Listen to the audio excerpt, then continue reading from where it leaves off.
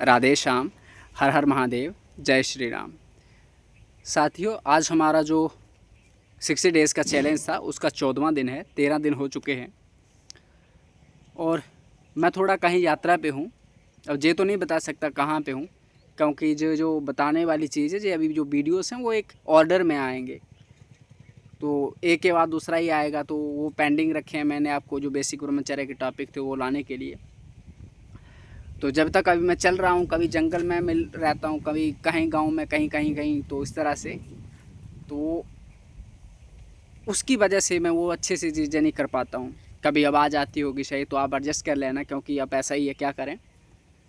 तो जिस चीज़ पर मैं आज बात करने वाला हूँ, हालांकि मैं इस यात्रा में जो बेसिक ब्रह्मचर्य के टॉपिक हैं उन पे उन्हीं से संबंधित ही, जैसे हमने 60 डेज़ का एक टारगेट लिया है, कुछ बेसिक हैं ब्रह्मचर्य के टॉपिक जो मैंने बना के रखे हैं, लेकिन इस यात्रा में उनको मैं अपलोड नहीं कर सकता हूँ।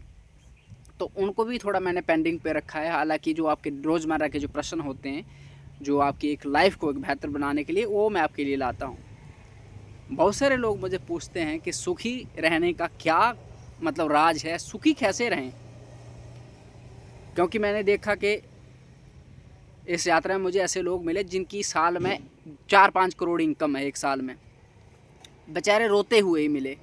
और फिर लोग मुझे पूछते हैं कि आपके पास ना कुछ खाने के लिए रहता है, दिन में एक बार भोजन करते हो, शाम को कहीं मिला तो मिला, नहीं तो नहीं। रहने के लिए भी ऐसा नहीं कि आपको कोई होटल मिले या कोई कहीं मिल गया, कोई आश्रम, मंदिर, कोई पेड़ के नीचे, कहीं रोड के किनारे कहीं। तो फिर इतने आप प्रसन्न कैसे रहते हो, एकदम मस्त। खुश रहने का, सुखी रहने का, शांत रहने का क्या ऐसा चीज़ है जिससे हम भी रह सकें। जैसे एक व्यक्ति, मुझे विद्यार्थी की बात करता हूँ, वो बताया था कि एक जो विद्यार्थी को सुविधा मिलनी चाहिए उससे कई गुना मेरे पास है, लेकिन फिर भी मैं संतुष्ट नहीं हूँ। बहुत सारे लोगों का क्या है कि हमारे पास सब कुछ है, लेकिन अंदर से हम सुखी नहीं है, शांत नहीं है, संतुष्ट नहीं है, एक मन अशांत ही है। तो ऐसा क्या चीज़ है जिससे हम सुखी रह सकते हैं। मैं अपनी बात ही देखूँ, मैं दिन भर इतना चलता हूँ, भोजन भी आप जानते हो कैसा रहता है, कैसा नहीं रहता है, लेकिन फिर भी इस चेहरे पे 12 बजे हो, ये हो नहीं सकता। वो जो ऊर्जा, जो मस्ती रहती है, वो कैसे। फिर लोगों को लगता है कि शायद हम घर छोड़ दें। तो घर छोड़ के, मैंने कुछ छोड़ा नहीं है, ना मुझे कुछ छोड़ना है, ना मुझे कुछ पकड़ना है, जो जहाँ है वहीं है। बहुत सारे लोग बोलते हैं घर को छोड़ दिया। अरे छोड़ा क्या, घर चल नहीं सकता था बेचारा, रह गया, मैं आ गया। बाकी क्या छोड़ा, भोजन जहाँ भी खाता हूँ, कपड़े जहाँ भी पहनता हूँ, लोगों से बातचीत जहाँ भी करता हूँ, नए नए लोगों से मिलता हूँ, नई नई चीज़ें जानता हूँ, सोता हूँ, खाता हूँ वैसे पहले की तरह। हाँ, खाने सोने का नियम है, सोने का है, जैसे 3 बजे उठ जाता हूँ, 3:30 बजे उठ जाऊँगा। खाने का है तो दिन में एक बार ही खाऊँगा, शाम वाले समय में। दिन में भोजन की नहीं लगता, ज़रूरी नहीं पड़ता है, इस तरह से है। लेकिन फिर भी क्या यही चीज़ें करने से खुशी हो जाता है इंसान? नहीं। तो मैं वो सारी चीज़ें आपको बताऊँगा ताकि आप एक फुल कम, आप जो भी हो, जहाँ भी हो, जैसे भी हो, गृहस्थ हो, साधु हो, नौकरी हो, नहीं है कुछ भी आपके पास, जो भी हो, जहाँ भी हो, झाड़ू लगाने वाले हो, चाहे देश के प्रधानमंत्री क्यों ना हो, आप उसी के साथ खुश रह सकते हैं। बस थोड़ी सी कला है, वो आपको बता दूंगा, उसको धारण कर लीजिएगा। सबसे पहली जो चीज़ है, हम खुश रह पाएँ, शांत रह पाएँ, सुखी रह पाएँ, अपने जीवन का उद्देश्य क्या है आपका? क्या आपके जीवन का उद्देश्य, लक्ष्य क्या है? नौकरी तो पड़ाव है ना। लक्ष्य होता है कि आपके जीवन का अंतिम, जिसको प्राप्त करने के बाद कुछ प्राप्त करना शेष नहीं रहता। मतलब जिसको पा लेने से, या जिसको सोचने पाने की सोचने को छोड़, अगर सोच लिया आपने तो उसको पाने के सिवा कुछ और नहीं रहता। उसको अगर पा लिया तो फिर कुछ और नहीं पाना है, विश्राम हो जाता है, अंत हो जाता है सब चीज़ों का।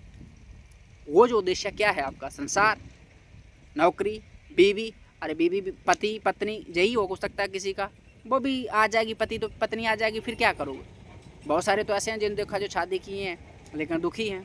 बहुत सारे ऐसे हैं जो शादी नहीं किए हैं, दुखी हैं। किसी को पति चाहिए, किसी को पत्नी चाहिए, कोई पति पत्नी के लिए दुखी है, कोई पत्नी पत्नी को पाकर दुखी है। किसी को दौलत चाहिए, दौलत पाने के लिए दुखी है, और कोई दौलत पाकर दुखी है। किसी को भोजन पेट भरने के लिए दुखी है, और किसी के पास इतना है, इतना पा लिया है कि मोटापा हो गया, बीमारियां हो गई, उससे दुखी है। तो फिर सुखी कैसे हो? तो सुख का मतलब है आपके जीवन का लक्ष्य क्या है, आपके जीवन का उद्देश्य क्या है। लक्ष्य जीवन का संसार है, संसार में व्यक्ति वस्तु कोई भी चीज़ हो सकती है, चाहे इंद्र का पद ही क्यों ना हो, संसार में इंद्र देव ब्रह्मा का पद ही क्यों ना हो, आपको सुख नहीं मिल सकता, शांति नहीं मिल सकती। काम चलाने के लिए ठीक है, भोजन खाने के लिए भोजन चाहिए, पहनने के लिए कपड़ा चाहिए, हो सकता है थोड़ा जवानी के टाइम पे एक अच्छा फैशन के लिए अच्छा सा हो सकता है, घर गृहस्थी के लिए बढ़िया सा भोजन हो सकता है, लेकिन क्या आपको संतुष्टि देगा? वो पेट ही भरेगा। जितना अमृत भी पियो तो पेट ही भरेगी, क्या करेगी? शांति तो नहीं दे सकती ना, आपको विश्राम तो नहीं दे सकती। विश्राम मतलब अंतःकरण, जिसको पाने के बाद आप कुछ को पाना नहीं, कोई इच्छा नहीं। बहुत सारे लोग नौकरी करते, सब कुछ है, लेकिन पास वो संतुष्ट नहीं है। तो फिर आपके जीवन का लक्ष्य निर्धारित करो। आपके जीवन का लक्ष्य संसार की वस्तुओं, संसार यानी संसार की वस्तुएं, नौकरी, दान दौलत खजाना, सारी जिस संसार की जो भी माया है, ये लक्ष्य है। तो फिर आप लिख लीजिए, जीवन में कभी सुखी नहीं रह सकते, कभी शांति नहीं रह सकते। लेकिन जिसका लक्ष्य संसार के जो भी वस्तुएं हैं उनको धर्मयुक्त तो उपयोग करते हुए, संसार में जहाँ हो जैसे हो वहीं रहते हुए, वहीं जीते हुए, लक्ष्य है भगवान की प्राप्ति का, मोक्ष का, मुक्त हो जाना, तो आपके सुख का शुरू हो गया। जिस दिन आपके जीवन का लक्ष्य ये हो गया भगवान की प्राप्ति करना, अगर गृहस्थ हो तो गृहस्थ में रहो, छोड़ के जाने की जरूरत नहीं है। ब्याह करना ब्याह भी कर सकते हो, कोई दिक्कत नहीं, करना है नहीं करो, अपने हिसाब से देखे। जब भी मैं बताऊंगा बाद में कि विवाह किसे करना चाहिए, क्यों नहीं करना चाहिए, एक भी लंबा टॉपिक है तो उसको बाद में करेंगे। खाना पीना अच्छे से बढ़िया से खाओ, सिर्फ उसमें एक चीज़ ध्यान रखो, धर्मयुक्त हो, यानी जो भी आप संसार में क्रिया करो वो अधर्मयुक्त नहीं होना चाहिए, उससे किसी का नुकसान नहीं होना चाहिए, यानी किसी का शोषण करके आप अपना जीवन नहीं पाल सकते। फिर इस तरह से आप जियो कि आप भी अपना निर्वाह कर लो, किसी को आपके होने की वजह से कष्ट ना हो, दुख ना पहुँचे, अधर्म ना हो, पाप ना हो। और जीवन का लक्ष्य भगवत प्राप्ति, भगवान को प्राप्त करना। फिर संसार में आप नौकरी भी करते रहो, क्योंकि टेम्परेरी है नौकरी, पति पत्नी बच्चा शादी गृहस्थी, संसार टेम्परेरी है। बीवी है कभी भी मर जाएगी, पति है कभी मर जाएगा, बच्चा है साला कभी मर जाएगा, है ना। कोई हमारे पास चीज़ है कभी भी छूट जाएगी, छिन जाएगी, तो वो टेम्परेरी ही है। तो इस टेम्परेरी को लक्ष्य ना बनाओ, ये मिलेगा। प्रारब्ध में दुख है तो दुख मिलेगा, सुख है तो सुख मिलेगा, बिना कुछ किए मिलेगा। आपका लक्ष्य भगवत प्राप्ति होना चाहिए। फिर संसार के प्रति जो भी आपका कर्तव्य हो, उस कर्तव्य का पूरी ईमानदारी के साथ निर्वाह करो। अगर आप एक पत्नी हो तो पत्नी की जो धर्म युक्त आचरण है, जो पत्नी का कर्तव्य, पूरा कर्तव्य निभाइए। पति हैं तो पति का कर्तव्य निभाइए, पुत्र हैं तो पुत्र का कर्तव्य निभाइए, एक सैनिक है तो सैनिक का कर्तव्य निभाइए, एक झाड़ू लगाने वाला तो उसका कर्तव्य निभाइए, एक मोची हो तो उसका कर्तव्य क्या है मोची का, एक जो किसान है उसका कर्तव्य क्या है, एक डॉक्टर हो, शिक्षक हो, जो भी हो, जहाँ भी हो, स्त्री हो तो स्त्री का कर्तव्य क्या है, पुरुष हो तो पुरुष का कर्तव्य क्या है। भगवान ने आपके कर्मों अनुसार आपको जिस भी स्थिति में रखा है, उस स्थिति में पहुंचकर आपका जो भी कर्तव्य है उस कर्तव्य को करिए। और लक्ष्य हो भगवत प्राप्ति। भगवत प्राप्ति कैसे हो? पाप आपसे जीवन में कोई भी काम पाप ना होना चाहिए, अधर्मयुक्त आचरण ना होना चाहिए, भगवान का निरंतर नाम जप हो, जो भी दिन भर सेवा करो, अपना कर्तव्य मान के खूब सेवा करो, और सोने के समय शाम को भगवान को अर्पण कर दो। जो भी सेवा करो, दिन में आपने खेती बाड़ी की, बॉर्डर पे सेना देश की रक्षा की, पुलिस में नौकरी की, कुछ झाड़ू पोछा किया, दिन भर कुछ भी किया, किचन में रह के भोजन ही खिलाया ना, भगवान, वो मनुष्य नहीं है, वो भगवान रूप में ही मनुष्य है। वरना वो जब मर जाएगा तो शरीर तो जला दिया जाएगा, तो फिर क्या बचा? भगवान ही सर्वत्र हैं। तो उनकी सेवा की, सोने से पहले वो भगवान को अर्पण कर दो। हे भगवान, प्रार्थना करो कि आपने दिन भर में मैंने जो भी सेवा की, मुझसे जो भी आपने करवाया, आपका संसार है, आपको उसका फल मैं आपको अर्पण करता हूँ, जो भी है वो आपको फल अर्पण करता हूँ। और आपसे निवेदन करता हूँ कि मेरी जो रति है, मेरी जो आसक्ति है, मेरा जो लगाव है, वो भगवान आपसे हो जाए, आपका नाम मुझे प्रिय लगने लगे। और चलते फिरते उठते बैठते खाते पीते भगवान का नाम जप करते रहो, सत्संग भी सुनो। उससे क्या होगा कि आपको सही गलत के बीच फ़र्क पता चलेगा। शास्त्रों का अध्ययन करो, जो भी शास्त्र हैं, रामायण है, गीता है, श्रीमद् महाभागवत पुराण है, उन सबको करिए। भक्तमाला ऐसे ग्रंथों का अध्ययन करिए। सुख का मैंने क्या बताया? संसार में रहते हुए, संसार में जो भी आपको अपने कर्मानुसार जन्म मिला है, जो भी ड्यूटी मिली है, कर्तव्य मिला, उसका निर्वाह करते हुए धर्मपूर्वक लक्ष्य भगवत प्राप्ति का हो, तो आपको सुख का दिन शुरू हो गया। फिर आपको जो भी मिला है, जहाँ भी हो, जितना भी मिला, जैसे भी हो, उसी में संतोष करो। क्योंकि हमारे दुख का कारण है लालच। सबसे पहला कारण तो अज्ञान है। हमारे दुख का कारण अज्ञान है, अहंकार है और लालच है। जो काम, क्रोध, लोभ, मोह, मद मत्सर हैं, यही हमारे दुख का कारण है। तो काम, क्रोध, लोभ, मोह, मद मत्सर जो भी हैं, इनको धर्मयुक्त इनका उपयोग करो, अधर्मयुक्त नहीं।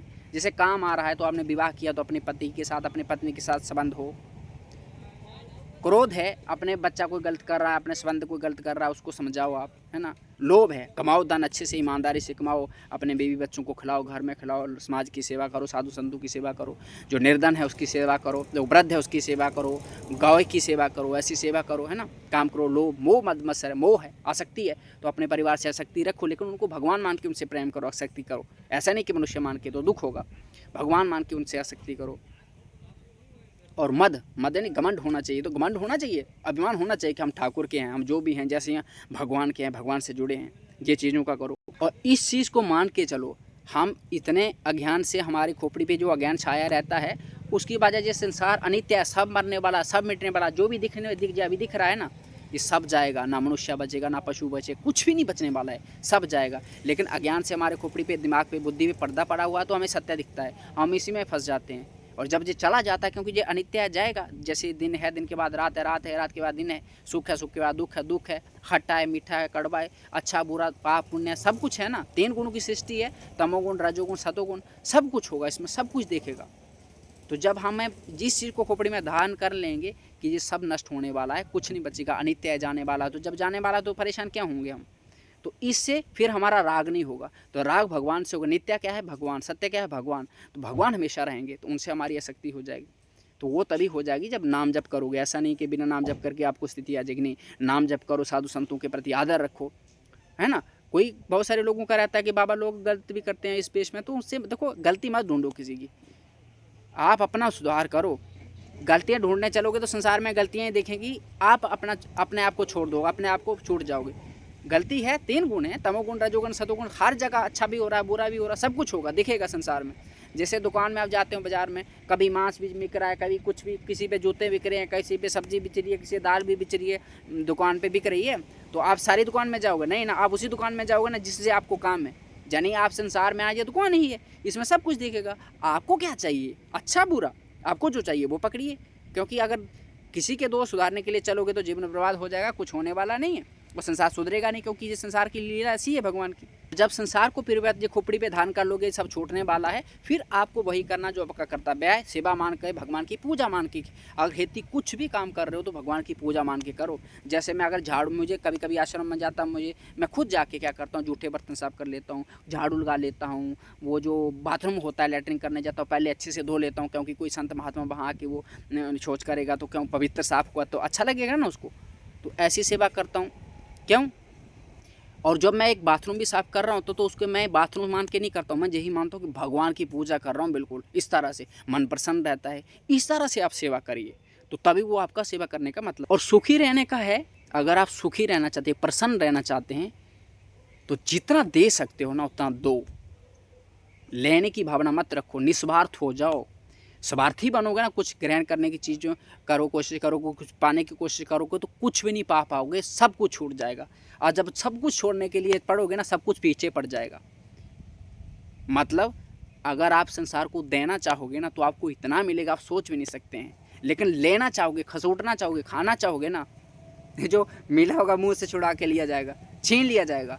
ये संसार का नियम है। तो कुछ पकड़ो मत, जो जहाँ है उसको वहीं रहने दो, ना कुछ पकड़ो ना कुछ छोड़ो।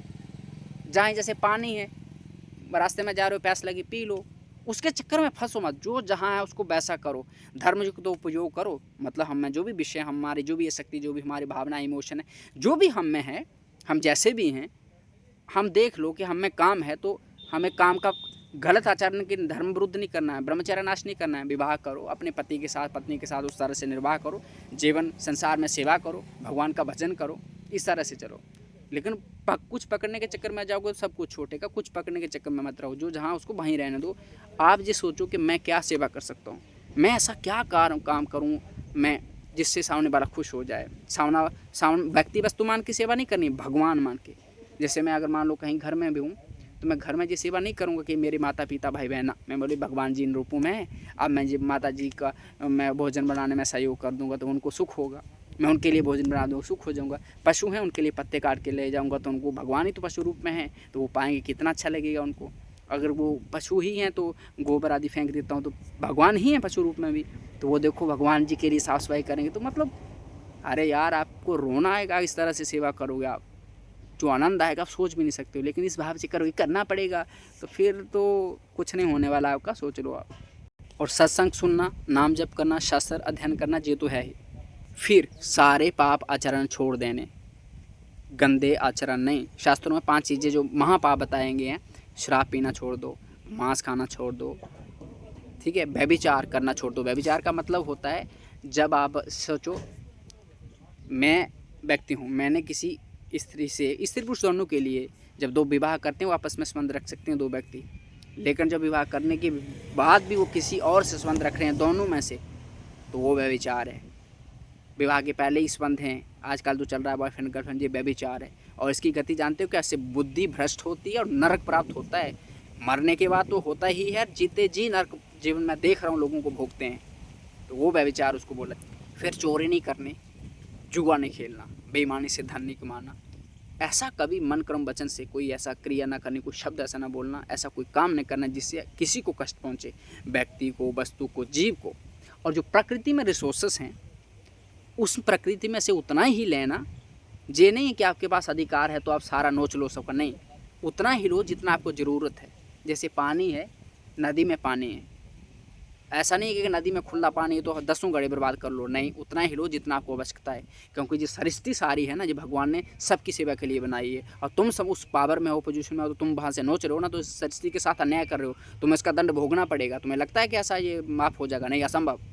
तो जैसे मुझे भूख लगी है, मुझे हज़ारों आम पड़े हैं, मुझे 1-2 लेने हैं, उतने ही लेने जितने में मेरा पेट भर गया बस, बाकी वाले किसी और के लिए छोड़ देने हैं। ये नहीं कि सारा लूट खसोट करके अपनी झोली भर लूँ और चल दूँ कि दूसरे के लिए नहीं छोड़ूँ। जहाँ जैसे मैं कहीं आश्रम में रुका हूँ, मंदिर में रुका हूँ, मंदिर आश्रम में रुका हूँ, वहाँ बिजली चलती रहती है, पखा चलता रहता है। ये नहीं है कि 24 घंटे मैं चलाता रहूँ वहाँ, नहीं, मुझे अगर उसकी आवश्यकता है तो पखा चालू करो, अगर लग रहा है बिना पखे के हो जाएगा तो मुझे बस उतना ही लेना चाहिए। जिससे मैं किसी के आश्रम में रुकता हूँ, मुझे 20 पकवान देता है वो खाने के लिए, नहीं, मुझे लग रहा है मेरा 2 से काम हो सकता है, मुझे 2 ही लेना चाहिए। जितने कम से अपना काम हो सके, अच्छे से शरीर की रक्षा हो जाए, प्राण की रक्षा हो जाए, उतना ही करना है। ये शरीर को भी अपना नहीं, भगवान का मान की सेवा करनी है कि भगवान ने जो शरीर दिया हमें भगवान की प्राप्ति के लिए, तो इस शरीर से हम भगवान का भजन करें, इस शरीर से हम सेवा करेंगे समाज की। क्योंकि जो शरीर के साथ अन्याय नहीं कर सकते आप, इसको भोजन की ज़रूरत है, इसको भोजन दो, कपड़ा है तो कपड़ा दो, दवाई खानी है दवाई दो इसको। क्योंकि ये शरीर, ये आपको दी गई एक संपत्ति, धरोहर है जिसको आपको संभाल के रखना है।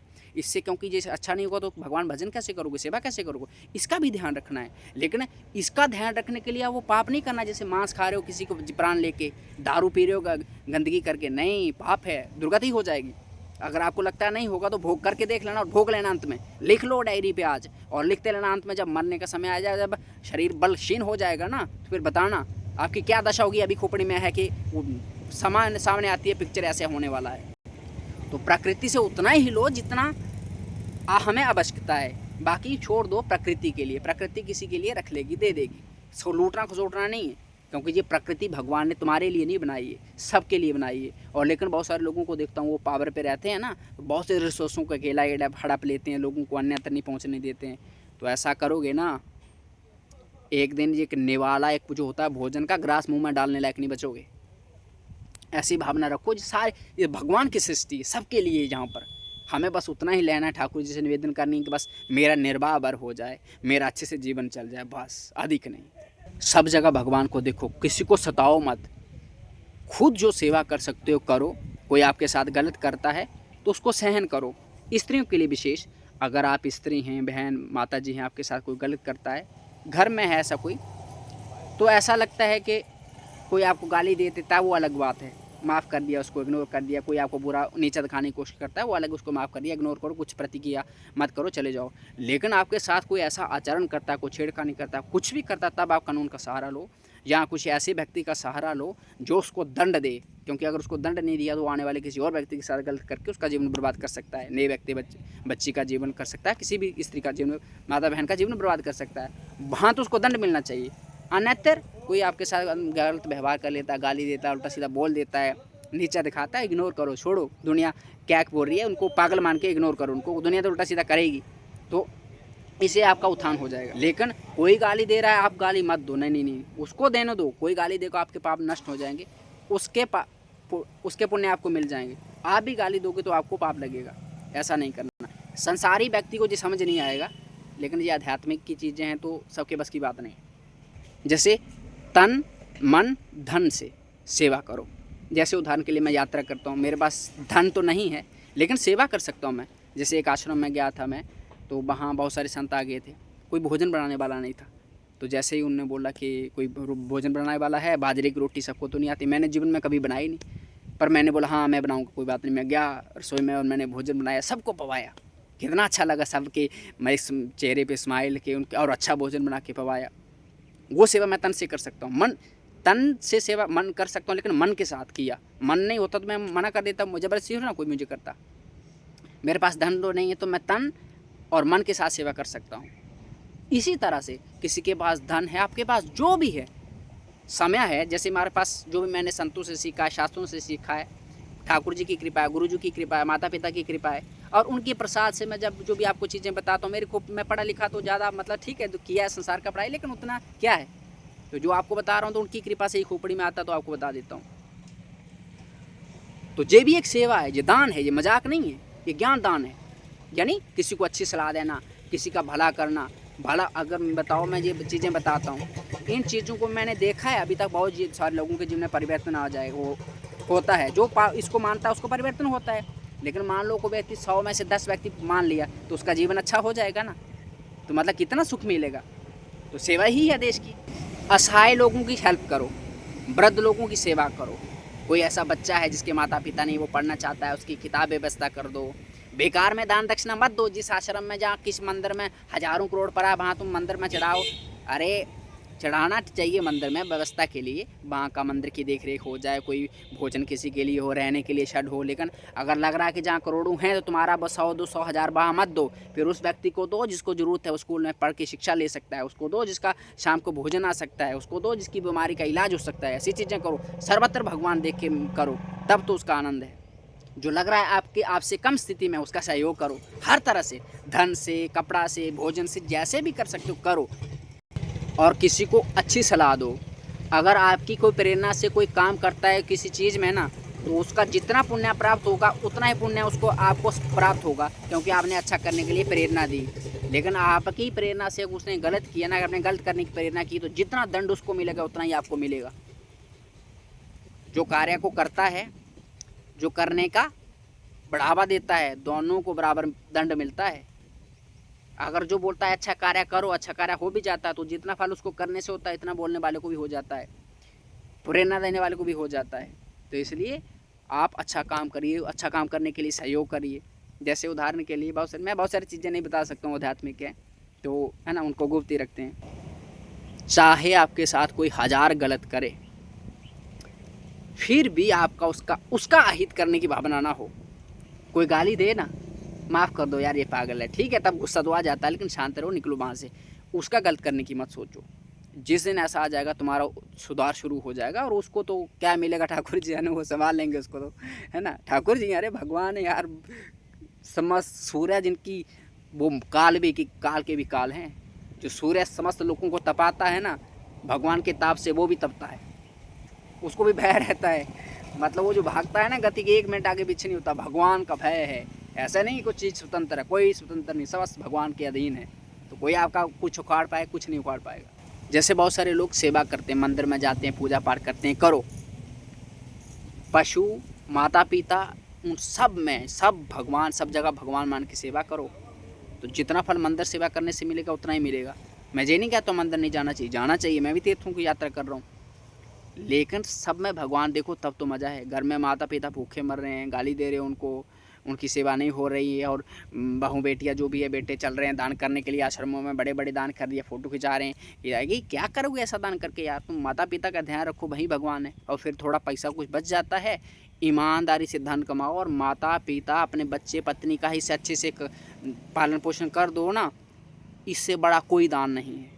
और बेईमानी से करोड़ों कमाए ना, तुमने आश्रम बनवा दिया कुछ भी ना, तो भी दुर्गति होगी, नरक पहुँचोगे। आप सोचोगे स्वर्ग जाओगे, छोड़ दो स्वर्ग वाली बात, भगवान को पाना तो बहुत की दूर की बात है, स्वर्ग नर्क पहुँचोगे क्योंकि। लेकिन एक घर में देख के माता पिता, मैं यहाँ किसी ज़रूरतमंद की देख के उसको ही भगवान की सेवा में देखो व्यक्ति को कोई नहीं देता, जब किसी को दो ना भगवान की भावना करके दो कि मेरे भगवान इसमें हैं, ठाकुर जी को, अरे ठाकुर जी आप इस रूप में हैं, जे लो मैं आपको दे रहा हूँ, मैं आगे क्या होगा आप जानो, मुझे नहीं पता, मैं आपको दे रहा हूँ, तो वो दान भगवान को जाएगा। लेकिन किसी व्यक्ति को दोगे ना आश्रम में अपना फ़ोटो चिपकाने के लिए कि हाँ मैंने दान दिया फ़ोटो दिया, वो फ़ोटो ही रहेगा, बाकी कुछ प्राप्त नहीं होगा। और दिखावा मत करो, वास्तविक में कोई चीज़ें करो। जैसे बहुत सारे लोग व्रत रखते हैं, दिखावे के लिए तो व्रत है, लेकिन फलाहारी हैं, जलाहारी हैं, दूधहारी हैं और 50 पकवान बना लेते हैं।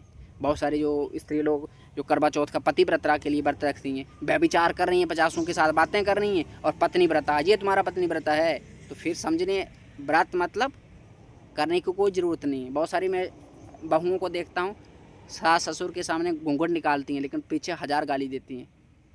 गाली दे रहे हो, तुम्हारा घूंघट किस काम का यार, इससे घूंघट मत निकालोगे, निकालने की ज़रूरत नहीं है, बस गाली ना दो उनको। किसी भी चीज़ का दिखावा मत करिए, आप जो हो वही रहिए, बस अपने की खुद की कमियां ढूंढिए, किसी की कमियां मत ढूंढिए। संसार में तो सब कुछ दिखेगा, अपनी कमियां ढूंढ के उनको एक एक चुन चुन के दूर करते जाइए, धीरे धीरे एक आप अच्छे व्यक्ति बनते जाएंगे।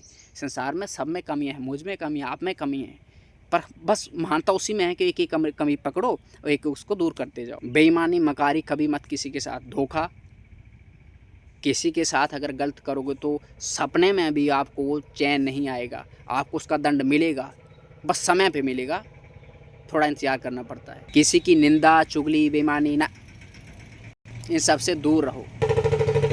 अगर किसी की गलती पकड़ लो तो उस गलती को प्रकाशित मत करो, किसी की के दिखाने के लिए वो कितना गंदा नहीं, उसकी गलती को छुपा दो, उसको माफ़ कर दो।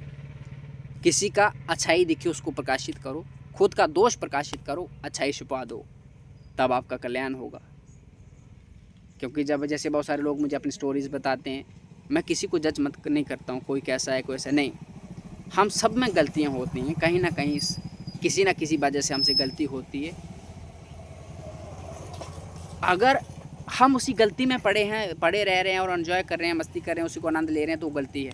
लेकिन हम उससे बाहर निकलना चाहते हैं, हमें ये आ गया कि अब इस नर्क में नहीं रहना है, तुम आज ही महात्मा हो गए, आज ही पवित्र हो गए, तो हमारा उस चीज़ को दोष नहीं जो मानना चाहिए किसी को कि वो गलत है। बहुत सारे लोग कहते हैं वो तो गलत है, अरे दुनिया में कोई सही नहीं है, बस अच्छा बनने का प्रयास होना चाहिए कि उससे निकलना है बाहर। आपसे गलतियाँ हुई कोई बात नहीं, लेकिन उसी दलदल में कीड़े की तरह फंसे रहना है तो फिर गड़बड़ है आपके साथ, फिर गलत है, वो चीज़ नहीं होनी चाहिए। और एक चीज़, मन हमेशा उल्टा सीधा सोचता रहेगा, कभी अच्छा कभी बुरा। आप समझो मन शरीर और आप अलग हैं। जैसे मेरा मन मेरा शरीर, तो बताओ मैं मन नहीं हूँ ना, मैं शरीर नहीं हूँ ना, मेरा शरीर है ना, मेरा मन है ना, तो मैं कौन हूँ, मैं आत्मा रूप हूँ। अज्ञान के कारण मैं इस शरीर को, इस मन को खुद को मान बैठा हूँ, यानी मेरा मन का शरीर का तादात्म्य हो गया ना, तो मैंने मान लिया कि मैं मन ही हूँ। लेकिन नहीं, मेरे मन को अच्छा नहीं लगता, तो मेरे को नहीं अच्छा लगता तो मैं कौन हूँ, मैं अलग हूँ, मन अलग है, शरीर अलग है। तो ये मन बकवास करे ना, कभी उल्टा सीधा सोचता, कभी अच्छा, इसका ध्यान मत दो। आपको निरंतर भगवान का नाम जप करना है। बस एक बात सुन लो मेरी, निरंतर भगवान का नाम जप करना है, चलते फिरते उठते बैठते खाते पीते सोते जागते। बाकी मन में क्या बकवास चल रहा है, मन कुछ भी फेंकेगा, उल्टा सीधा कचरा पट्टी दिमाग, उल्टा सीधा सोचेगा, कहीं वहाँ जाएगा, कहीं वहाँ जाएगा, कहीं वहाँ जाएगा। आपको किसकी चिंता नहीं करनी, सिर्फ जो भी भगवान है, राधे श्याम सीताराम, हर हर महादेव श्याम सदाशिव, जो भी भगवान का नाम, जय अम्बे जय दुर्गे, जो भी अच्छा लगे, एक भगवान का नाम पकड़ के निरंतर जप करते रहना है। और 2-3 साल 4 साल अभ्यास हो जाएगा ना, मन टिक जाएगा, फिर कुछ बकवास नहीं आएगी। लेकिन तब तक नाम जपना है और हमेशा जपते रहना, देखना कितने मन को शांति मिलेगी, बेकार का प्रपंच खुद ही छूट जाएगा। कोई भी चीज़ है उसमें पढ़ना नहीं है, वैसे पढ़े रहना है। कोई आ गई ठीक है, जैसे मैं अपना बताता हूँ, मैं यात्रा पे जाता हूँ ना, कहीं मांगता मुकता नहीं हूँ, जैसे भूख लगती है मिल जाए तो ठीक है, नहीं मिल जाए इसी तरह तो इस तरह से मस्त रहो, तो वो रहता है कि एक मस्ती आने शुरू हो जाती है। आलस नहीं, जीवन में कोई नियम रखो अपने उठने जागने सोने खाने पीने का, हर चीज़ का नियम रखो कि कुछ भी खा रहे हैं, कुछ भी बोल रहे हैं, कुछ भी कर रहे हैं, नहीं, नियम पूर्वक चलो अपने जीवन में। और धर्मयुक्त कोई भी कार्य करो, धर्मयुक्त, धर्म के अनुसार हो, बड़ों के आगे के अनुसार हो। हाँ, कभी कभी लगता है हमारे जीवन में ऐसी चीज़ आ जाती है कि हमें अपनी बुद्धि का विवेक का प्रयोग करना चाहिए, लेकिन धर्मयुक्त हो, अधर्मयुक्त नहीं। और जीवन में जो भी हो, जहाँ भी हो, जैसे भी हो, संतोष। चाहे करोड़ों कमा लो, चाहे देखो आपके पास सोने का महल भी आ जाए ना, ताजमहल भी आ जाए ना, सोने के लिए 3-4 फुट जगह चाहिए होती है। आप चाहे ज़मीन पे सोता हूँ, पन्नी रहती है, ये पन्नी मतलब इसको बोलते हैं, ये है ना, ये कागज़ है, इसको ज़मीन पे डालता हूँ तो मतलब इसको ज़मीन पे डालता हूँ, इसके ऊपर एक अचला रहता है, अचला मतलब शाल टाइप, वो डाल के सो जाता हूँ। जितनी नींद मुझे भूमि पे आती है उतनी गद्दे पे सो जाऊँ, वहाँ भी नींद ही आती है। अब मैं 50 पकवान खाऊं उससे भी पेट ही भरता है, एक खाऊं तो उससे भी पेट ही भरता है, इससे ज़्यादा कुछ होता नहीं है। स्वाद पता नहीं क्या चीज़ है, पर जीभ तो स्वाद पकड़ती है, नीचे चले जाता पता नहीं क्या था, है ना। लेकिन इसी जीभ के लिए, इस शरीर के लिए कितना चाहिए हमें, रहने के लिए कितना चाहिए, खाने के लिए कितना चाहिए, पहनने के लिए कितना चाहिए, थोड़ा सा ही तो चाहिए ना। जीवन में जितना कमा लो, 2-4 रोटी तो खाओगे ना। लेकिन हम क्या करते हैं, भविष्य की सोच के ना इतना पाप कर लेते हैं, पाप करके इतना कमाई कर लेते हैं ना, वो हमारा जीना हराम कर देती है। कमाई करो, धर्म से करो, पर कितना खाओगे यार, इंसान हो, खाने के लिए ही तो ना पैदा हुए हो, उतना खाओ जितनी ज़रूरत है। ठंड लग रही है कपड़ा पहन लो गर्मी वाला, भूख लग रही है भोजन खा लो, कभी मन करा अच्छा भी खा लो। तामसिक भोजन लहसुन प्याज वाला छोड़ देना चाहिए, पर धीरे धीरे होगा अभ्यास करके, ऐसा नहीं तुरंत छोड़ देना चाहिए, क्योंकि वो बुद्धि खराब कर देता है हमारी, गंदे गंदे विचार चलने लगते हैं ना, उत्तेजना पैदा करता है। सात्विक भोजन खाओगे ना, खोपड़ी, मेरा चेहरा देखा है, मतलब इसमें क्या है, ऐसा लगता है डेड इंसान लगता है, शांत। वो जो भोजन का प्रभाव है, आपके कपड़ों का प्रभाव रहता है, आप क्या खाते हो, क्या पहनते हो, कहाँ रहते हो, क्या सोचते हो, जी सब प्रभाव पड़ता है। जैसे जो कपड़े पहनता हूँ ना, इस तरह से शांत, इतना मस्ती रहता है, शांत। खाने के लिए सात्विक भोजन तो मन भी शांत। अब कोई गाली दे रहा है, हंसी आती है तो गाली दे रहा है, ठीक है यार, तो खुश है ना, बस हो गया। वैसे यूट्यूब में मुझे वीडियो बनाया, बहुत सारे लोग गाली दिए, क्या करता हूँ उनको मैं, है ना। मैंने ठीक है, तुम खुश हो ना, बस रहो, तुम खुश हो बस, हो गया, मेरा हो गया। तो ये तभी हो पाएगा, जो भी हो, जहाँ भी हो। और इस वीडियो में मैंने जो जो चीज़ें बताई ना, जैसा बोला है उसको जीवन में उतार दीजिए। 1 साल अपने जीवन में उसको करके देख लीजिए, 365 दिन। आपके जीवन तो बहुत हो ही गया, कई साल के तो हो गए हैं आप देख रहे हो वीडियो, तो ऐसा तो नहीं है कि 1 साल के, 2 साल के, 10, 15, 20 साल के, 50 साल के, 30 साल के, 25 साल के, जब भी उम्र है आपकी, बहुत सारा जीवन तो बर्बाद चला ही गया है।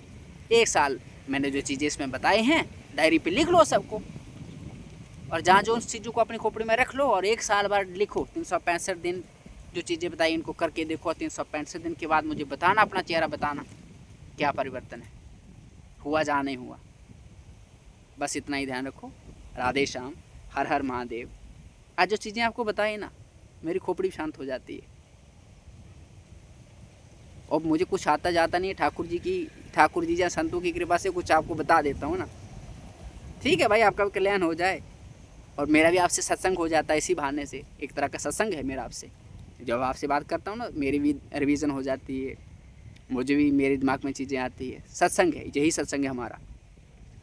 बस इसी को अपने जीवन में उतार लीजिए। राधे श्याम, हर हर महादेव, जय श्री राम।